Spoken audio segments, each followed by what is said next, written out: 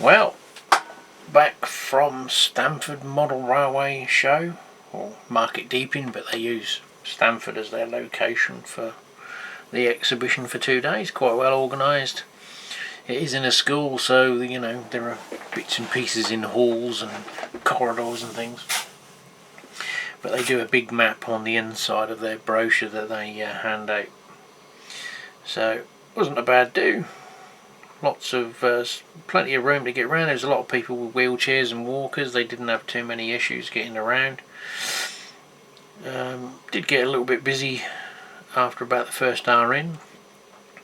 I did do some basic filming, which may or may not already be up. I've damaged my camera on my phone, so I don't know what it's going to come out like. So I didn't sort of go around and do every layout, and there was a couple of people there with some real high-end cameras, so I'm sure they'll do much better job at video in the layouts than I did. And you can always tune into Pete at Delft Junction, because he always goes around all the local shows and does a good job. So what did I pick up? Well, I couldn't resist a £5 exclusive first editions BR truck, although I'm not a fan that everything's based on the Bedford TK, because my time period is sort of after they had these really, but I suppose a few were knocking around. They did used to ring them out fairly well, but this is a K reg, so that would put 1972. But the Bedford TKs did kick around for a long while. I drove one back in '86 with a cherry picker on it with a 6-litre diesel petrol engine in it rather, which was a painful drive, painfully slow, even round Norfolk. Yeah, I might use the body, as I've said before, and put it on another chassis. So we'll find out. But it was £5, so, and this is all bloody cheap old plastic. Anyway, these make about £8-9 on eBay. It's ridiculous. Something that I have been after for a long while and sort of never really bit the bullet was a Coleman's mustard. Because, well, Coleman's used to be in Norwich, in Norfolk. These are fictitious, but the idea was there are some box fans I think made as well. So I might get a few of them if I can pick them up for sensible money. It was £6 off the club stand, so nothing just, you know, wasn't a bargain, but wasn't overpriced really. They're sort of £5-6 normally when you shop around. There were some stores there offering discounts on their website, and then looking at the prices of some of their second-hand stuff, they made TMC and Rouse of Sheffield look generous. You'd need more than 10%. One bargain I did spot at the show was one of these, an Engineering Clam ZCV Hornby clam wagon, which normally is £18 to £25 on eBay, and various well-known second-hand online retailers charging £25 for these. So I grabbed that for £8, as I have a few anyway. And this one doesn't seem to have lost the parts like they normally do, which is the foot plates and the buffers, of which Hornby in their infinite wisdom do no spares for.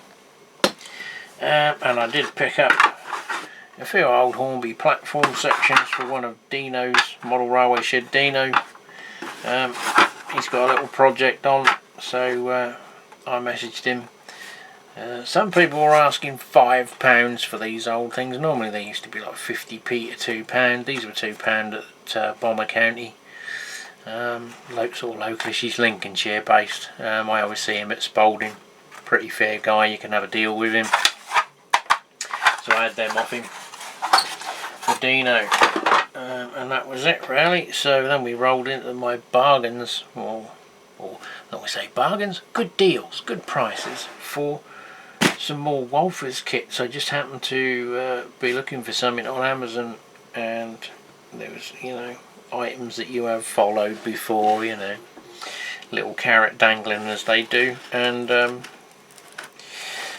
there was one of the Merchants Row kits,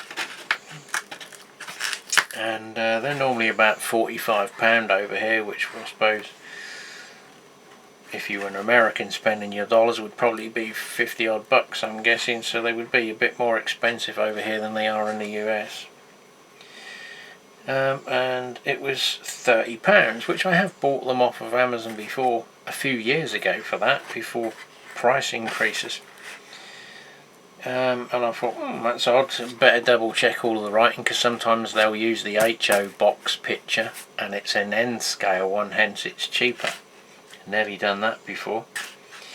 And it all appeared to be HO, so we'll find out now, because the other one was the Fireproof store, which is a low relief building, but it's double, you know, two sides, so you can stretch it out for about a 12-inch run, which I suspect will be in this one, so we'll find out. Despite me reading all the small print and it saying it was an HO and it was an HO part number, cross-reference it on the Wolfers website. No, this is the Merchants Row kit. They had it as a row of houses for some reason. They had 9 or 10 on offer at £30.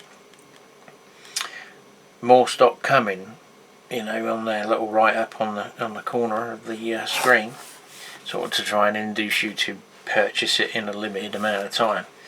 So I bought it, and I thought, oh, I know Digger's interested in this stuff. I'll go back, copy and paste, and send him the link in case there's any use to him. They put it back up to 45 quid straight away. So whether they realised they'd cocked up again or what, I don't know.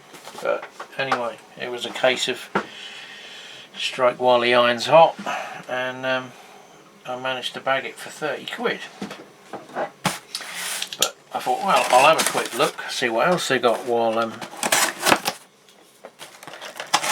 it drew my attention. And they had this low relief building, which is normally about £35, so that would run it at about 40 odd dollars, I'm guessing, if you were spending your pennies over here. There's this one, which was £26. So yeah, it was a case of, well, you know, if I decide I do want it later down the line and I want to buy it, I'm going to be paying full RRP for it. So yeah, at 26 quid it's worth buying and squirreling away for, you know, utilising it. And you know, with this sort of type of warehousing, although, you know, you do still come across them in the US and the UK, it's pretty rare to find them now, or they've been converted to trendy flats in London or Liverpool, Manchester or somewhere. So it would probably fit in the 30s, 40s era in the UK, or it can maybe turn its purpose on the US side. We'll have to wait and see what inspires. So that's another 2 kits. There's another one on eBay at the minute, but it's the houses. It's brand new, still in the cellophane, for £25.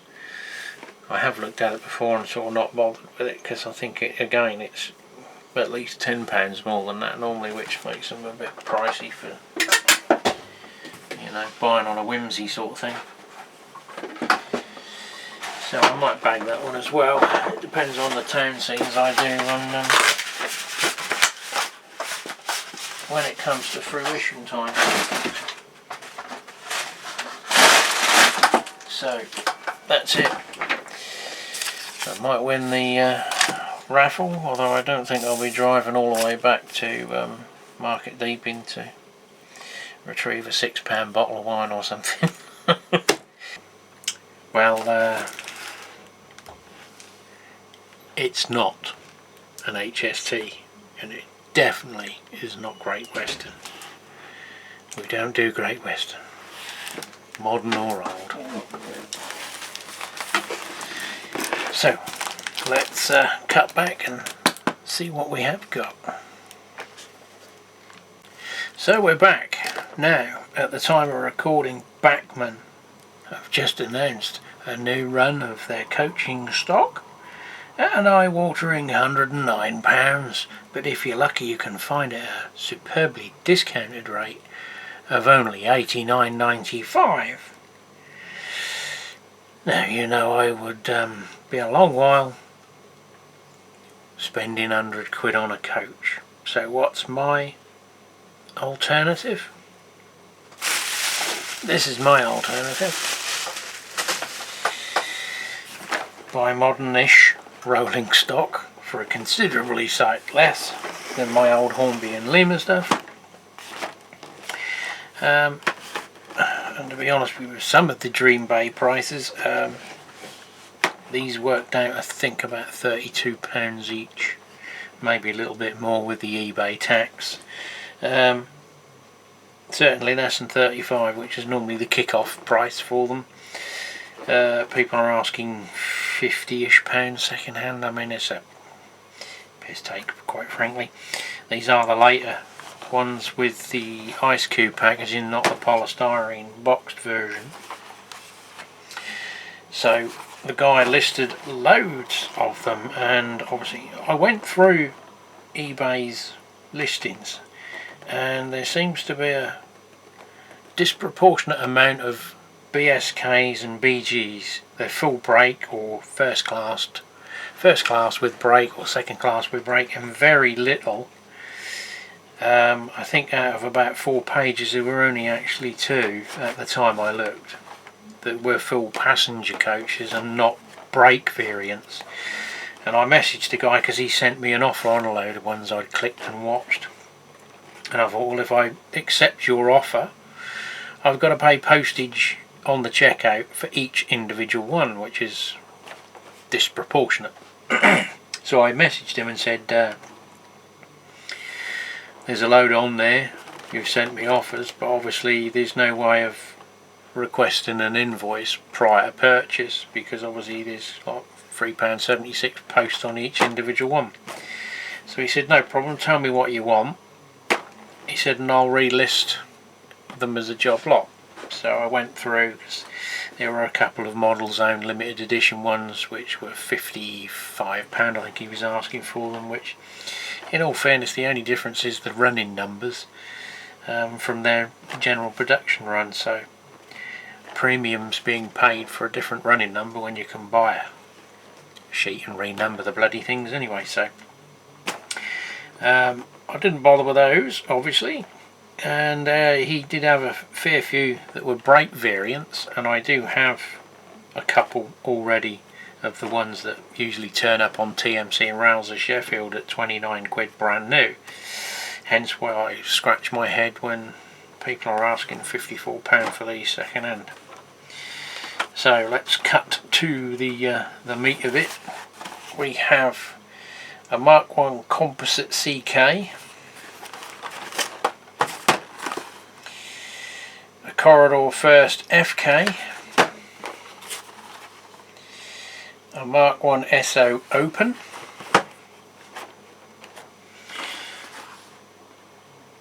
a First Corridor,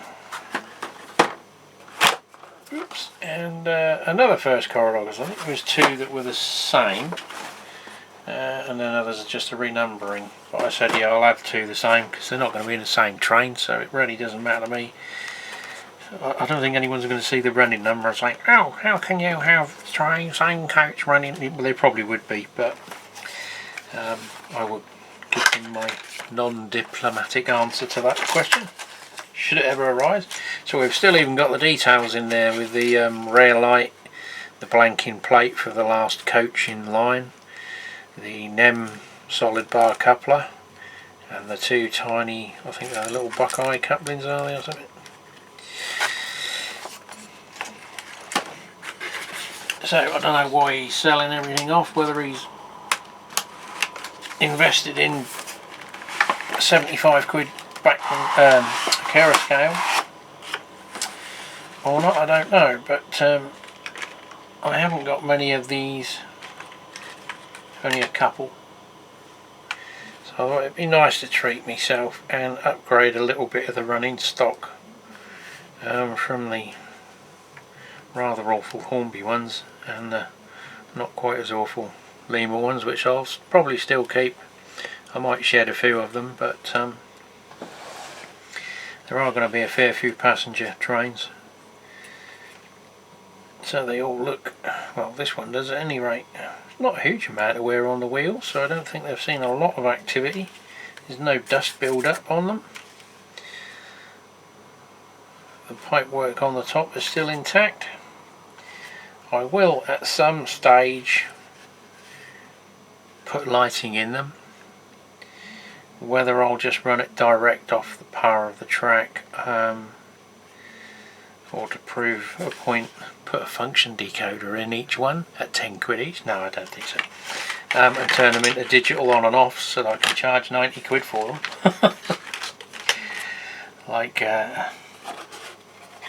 Bachmann are. So yeah, they'll be getting a homebrew illumination.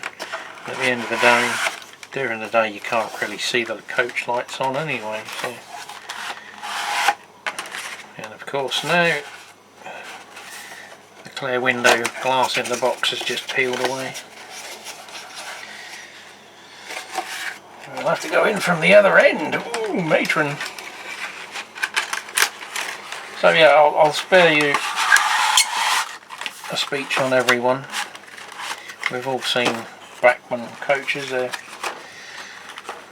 a fairly good rendition. Yes, I know the reef ribs aren't quite right, but they're a damn sight better than Hornby's.